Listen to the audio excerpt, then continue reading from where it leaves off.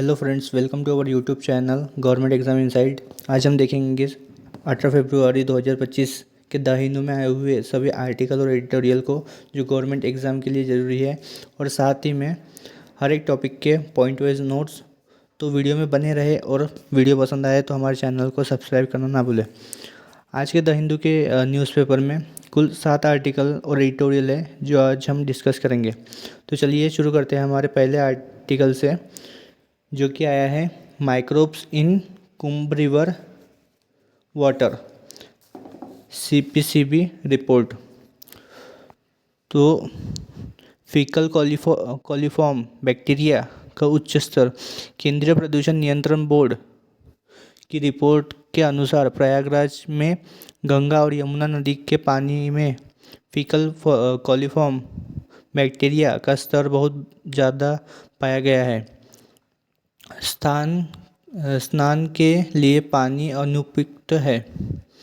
जल परीक्षण में पाया गया कि फीकल कॉलीफॉर्म का स्तर 2500 यूनिट प्रति 100 मिलीलीटर की अनुमेय सीमा से अधिक है, जिससे यह स्नान के लिए असुरक्षित हो गया है। भारी संख्या में स्नान का प्रभाव।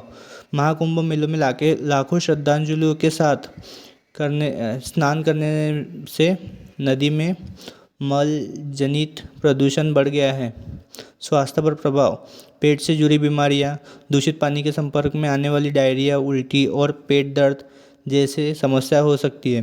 त्वचा और आंखों के संक्रमण। प्रदूषित पानी के संपर्क में खुजली, चकत्ते, आंखों में जलन और संक्रमण हो सकता है। गंभीर बीमारियां, टाइफाइड और हेपेटाइटिस ए जैसी खतरनाक बीमारियां का खतरा बढ़ जाता है। नियामक कार्रवाई। राष्ट्रीय हरित अधिकरण NGT का हस्तक्षेप। उत्तर प्रदेश प्रदूषण नियंत्रण बोर्ड से पानी की गुणवत्ता सुधारने की कार्य योजना न देने पर जवाब मांगा है। निरंतर निगरानी की ज़रूरत। CPCB ने फीकल प्रदूषण को कम करने के लिए तत्काल कदम उठाने और पानी की लगातार जांच करने पर जोर दिया है। सुझाव। सीवेज ट्रीटमेंट को मजबूत करना।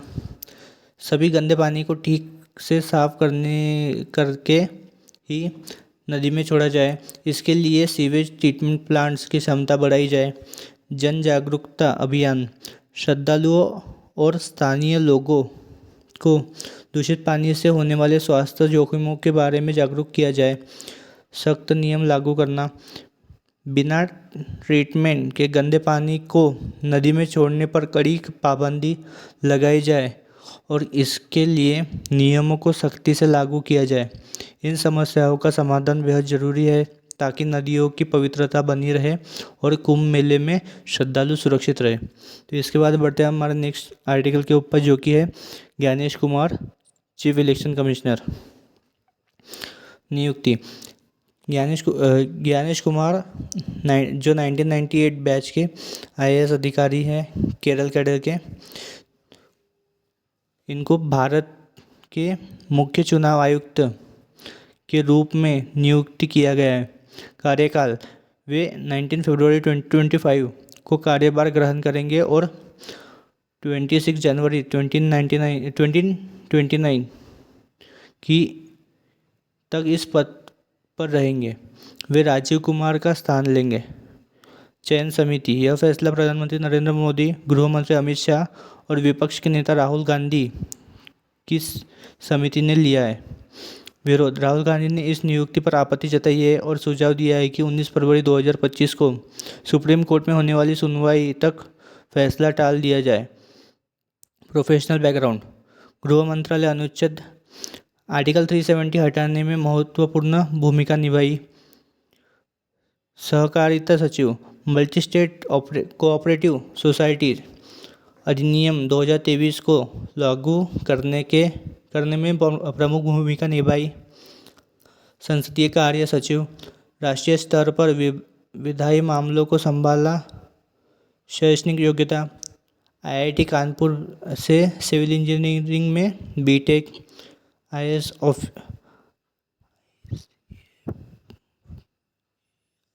ICAFI से बिजनेस फाइनेंस की पढ़ाई, हार्वर्ड यूनिवर्सिटी में एनवायरमेंटल इकोनॉमिक्स का अध्ययन किया।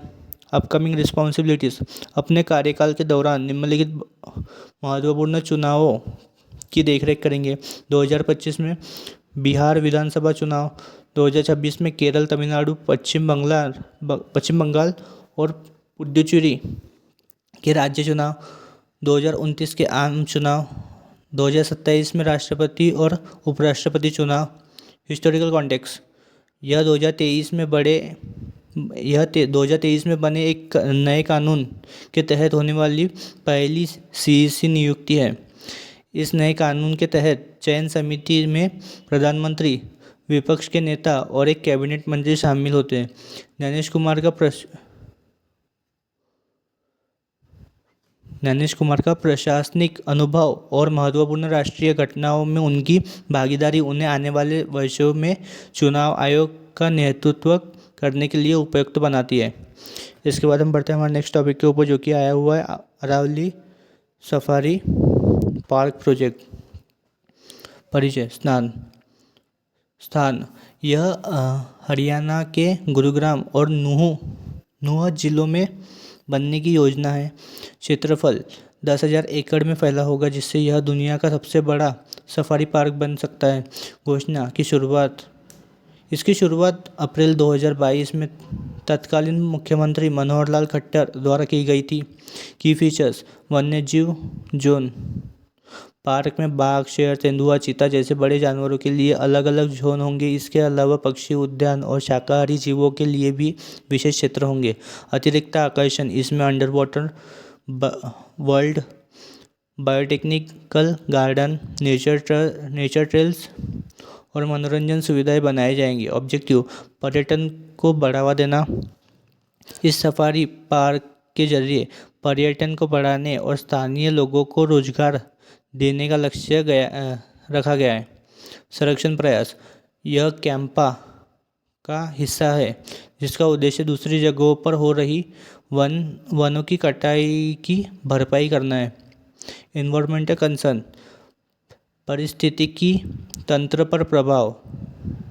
विशेषज्ञों का मानना है कि निर्माण कार्य और बढ़ते पर्यटन से अरावली के नाजुक पारिस्थितिकी तंत्र को नुकसान पहुंच सकता है। जल संसाधनों पर असर, यह परियोजना गुरुग्राम और नूह जैसे जल संकटग्रस्त क्षेत्रों के भूमिगत जल स्रोतों को प्रभावित करता है। कानूनी मुद्दे, जिस जमीन पर यह सफारी पार्क बनाया जा रहा है वह वन क्षेत्र के तहत आती है, जहां पेड़ काटने और निर्माण कार्य पर वन संरक्षण अधिनियम 1980 के तहत प्रतिबंध है। करंट स्टेटस, डिजाइन चरण, इस पार्क की मास्टर प्लानिंग की जिम्मेदारी टैगबिन और द लॉजिकल जू नामक कंपनियों को दी गई है। विरोध, 37 सेवानिवृत्ति भारतीय वन सेवा IFS अधिकारियों के एक समूह ने प्रधानमंत्री से इस प्रोजेक्ट को रोकने की अपील की, क्योंकि यह पर्यावरण को नुकसान पहुंचा सकता है। कंक्लूजन, अरावली सफारी पार्क वन्यजीव संरक्षण और पर्यटन विकास को संतुलित करने की कोशिश है, लेकिन पर्यावरणीय संतुलन और कानूनी बाधाओं को देखते हुए यह प्रोजेक्ट कई चुनौतियों का सामना कर रहा है। इसके बाद हम बढ़ते हैं हमारे नेक्स्ट आर्टिकल के ऊपर, जो कि आया हुआ है China's EAST reactor advance magnetic fusion research. परिचय, experimental advancement superconducting tokamak EAST, यह चीन के हेफेई में स्थित एक न्यूक्लियर फ्यूजन रिएक्टर है, जिसे सूर्य की ऊर्जा उत्पन्न प्रक्रिया को धरती पर दोहराने के लिए डिज़ाइन किया गया है। रिसेंट अचीवमेंट, रिकॉर्ड तोड़ प्लाज्मा नियंत्रण। 20 जनवरी 2025 को ईस्ट ने 1066 सेकंड तक हाई कन्फाइनमेंट प्लाज्मा बनाए रखा। इससे पहले 2023 में 403 सेकंड तक प्लाज्मा बनाए रखने का रिकॉर्ड था। उच्च तापमान प्लाज्मा रिएक्टर ने 100 मिलियन डिग्री सेल्सियस से अधिक तापमान प्राप्त किया, जो न्यूक्लियर फ्यूजन रिएक्शन शुरू करने के लिए आवश्यक होता है। सिग्निफिकेंस, फ्यूज़न एनर्जी में प्रगति, लंबे समय तक प्लाज्मा को स्थिर रखना व्यावहारिक फ्यूज़न ऊर्जा के विकास की दिशा में एक बड़ा कदम है। यह स्वच्छ और लगभग असीमित ऊर्जा स्रोत प्रदान कर सकता है।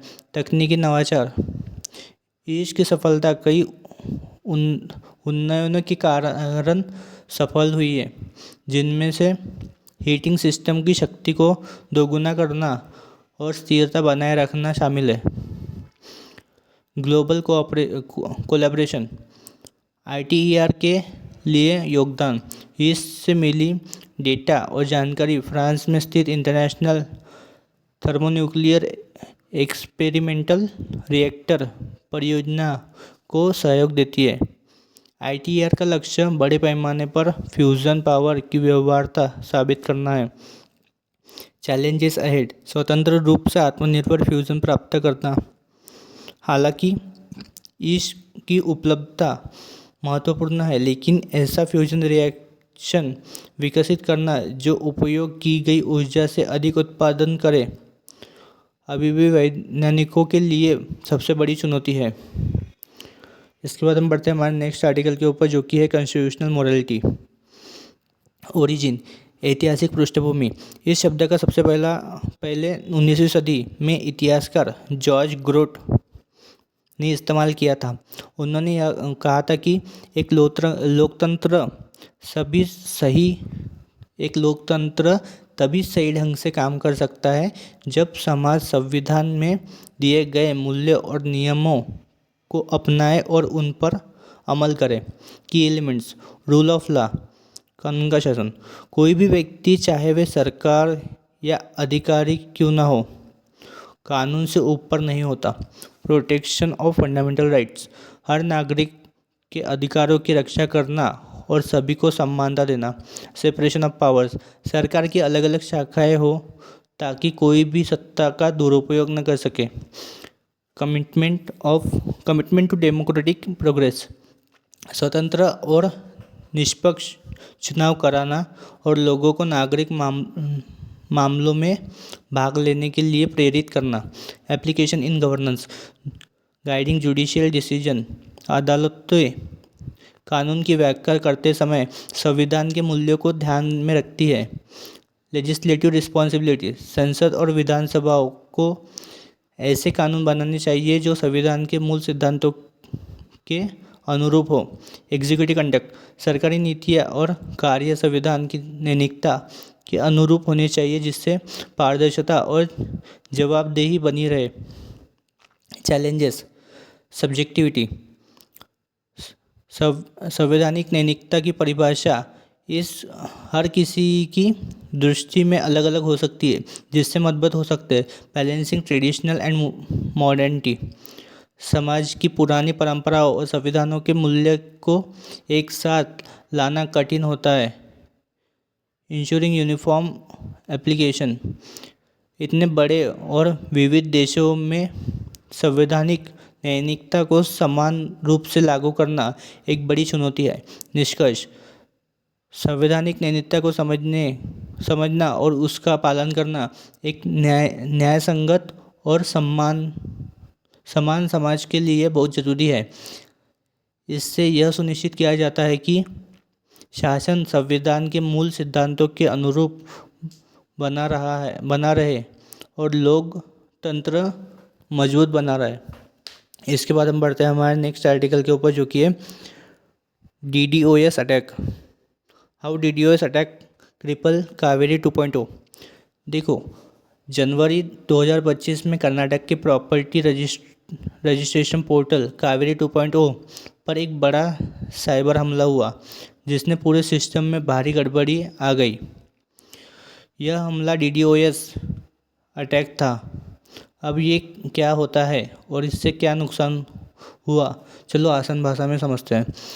What is DDoS attack? DDoS attack का मतलब है कि सर्वर, वेबसाइट या नेटवर्क पर इतनी ज़्यादा फर्जी पैकेट्स भेजना कि वह काम करना बंद कर दे। यह हमला कई अलग अलग जगहों से किया जाता है, जिससे असली यूज़र वेबसाइट या सर्वर तक नहीं पहुँचे जा पाते। Details of the attack on Kaveri 2.0। कैसे किया गया अटैक? हमलावरों ने 62 नकली ईमेल आईडी बनाई और 14 अलग अलग आईपी एड्रेस से 6.2 लाख रिक्वेस्ट भेजी। ये सब सिर्फ 2 घंटे के अंदर हुआ, जिससे इकुम्बरन सर्टिफाइड सर्च सिस्टम पूरी तरह ब्लॉक हो गया। इसका असर क्या पड़ा? सिस्टम क्रैश हो गया, जिससे प्रॉपर्टी रजिस्ट्रेशन रुक गया। लोगों को काफ़ी परेशानी हुई क्योंकि बिना ईसी सर्टिफिकेट के प्रॉपर्टी से जुड़ी कोई भी डील नहीं हो सकती। इम्प्लीकेशन: सर्विस डिसरप्शन, जरूरी ऑनलाइन सेवाएं बंद हो गई, जिससे पूरे राज्य में प्रॉपर्टी ट्रांजैक्शन रुक गया। रेपुटेशन डैमेज: यह हमला यह दिखाता है कि सरकारी डिजिटल सिस्टम साइबर हमलों के प्रति असुरक्षित है, जिससे लोगों का विश्वास डगमगा सकता है। मिटिगेशन मेजर: ट्रैफिक फिल्टरिंग, ऐसे सिस्टम लगाने चाहिए जो असली और नकली ट्रैफिक को अलग कर सके। रेट लिमिटिंग: हर यूज़र के लिए एक तय समय में लिमिट तय करनी चाहिए कि वह कितनी रिक्वेस्ट भेज सकता है। बॉट डिटेक्शन: कैप्चा और एआई आधारित सिस्टम लगाने चाहिए ताकि नकली और ऑटोमेटिक रिक्वेस्ट को ब्लॉक किया जा सके।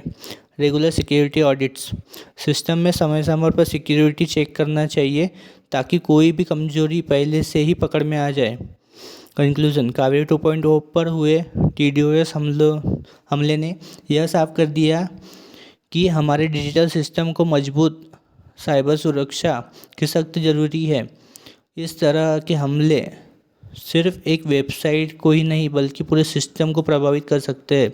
इसलिए साइबर सुरक्षा को प्राथमिकता देना और नई नई टेक्नोलॉजी अपनाना बहुत ज़रूरी है। तो इसके बाद हम देखते हैं हमारा नेक्स्ट आर्टिकल, जो कि है डिपॉल्टिस। तो ये आर्टिकल को हमने पहले भी एक्सप्लेन किया है।